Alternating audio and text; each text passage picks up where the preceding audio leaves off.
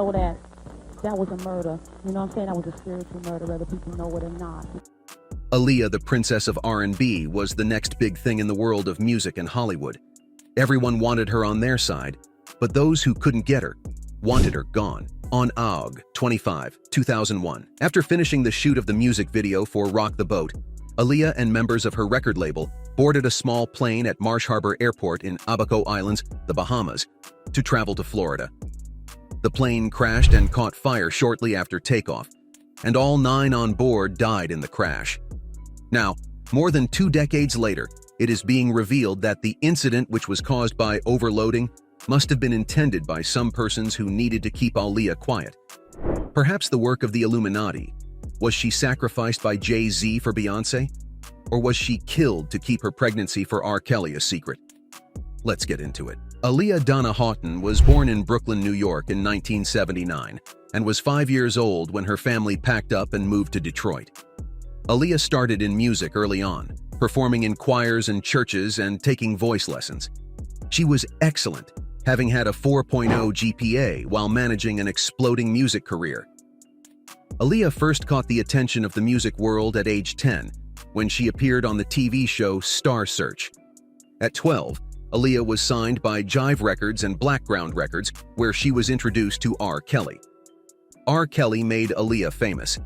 By 15, she was married to the then 26-year-old rapper, with Kelly enlisting the help of his tour manager Demetrius Smith to forge papers that listed her age as 18 instead.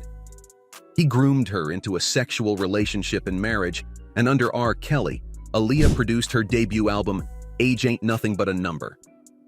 She just said he was a bad man, and she left it at that. I'm just saying it just made her so uncomfortable that I couldn't know about it because it would have made me too uncomfortable not to try to rectify that situation. Their marriage was annulled in 1995, and she found healthier mentors in Timbaland and Missy Elliott, who produced her follow-up album in 1996. Through her fame, Aaliyah met Jay-Z and Damon Dash. There was a time when Dame Dash and Jay-Z were partners in the uber-successful Rockefeller brand of urban clothing and even owned a house together.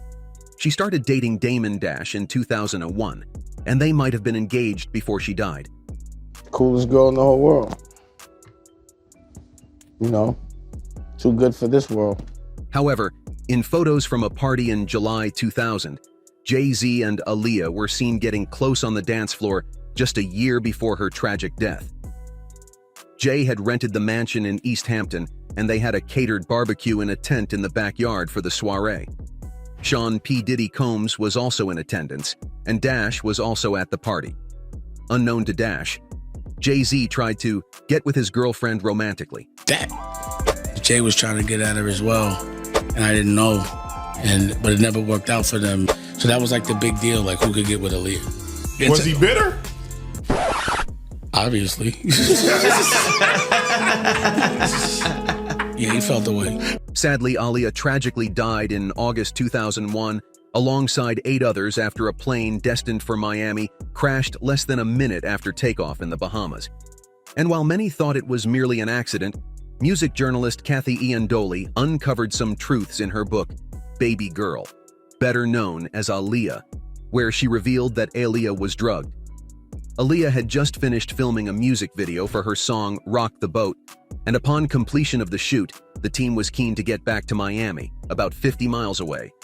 When the singer saw the plane to take her back to the U.S. mainland, she refused to get on board and went back to sleep in the cab, telling her team she had a headache. Aaliyah had concerns about the aircraft after hearing that it would be overweight. Feeling a little under the weather and suffering from a headache, she decided to spend time in the back of the cab with the air conditioning, leaving her crew to sort the problems out. Later, someone from her entourage handed her a sleeping pill. She fell into a deep sleep and was brought out of the van and carried onto the plane, while still knocked out from whatever pill she had been given. The aircraft was airborne for less than a minute before it came crashing down a couple of hundred feet from the end. Although some on board survived the initial crash, including Aaliyah's bodyguard and hairstylist, within hours they were all dead. Meanwhile, the pilot had received probation for crack cocaine possession less than 2 weeks before the flight. Aaliyah's body was found still strapped into her seat, about 20 feet away from the wreckage, and her death was ultimately ruled accidental. Shortly after, controversies started to arise about whether she was assassinated. In 2020, Dash came out to say that Aaliyah was the sacrificial lamb in the R. Kelly cover-up.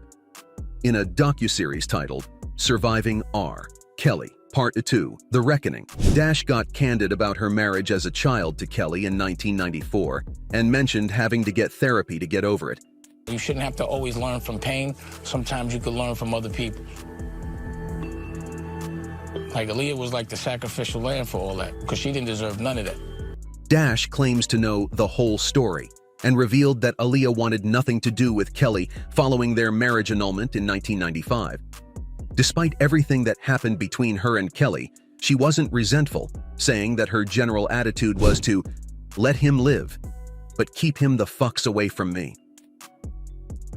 According to Dash, Aaliyah's death could have been to cover up R. Kelly's pedophilia history. I know the whole story, you know what I'm saying? I know it was to cover up and all of that.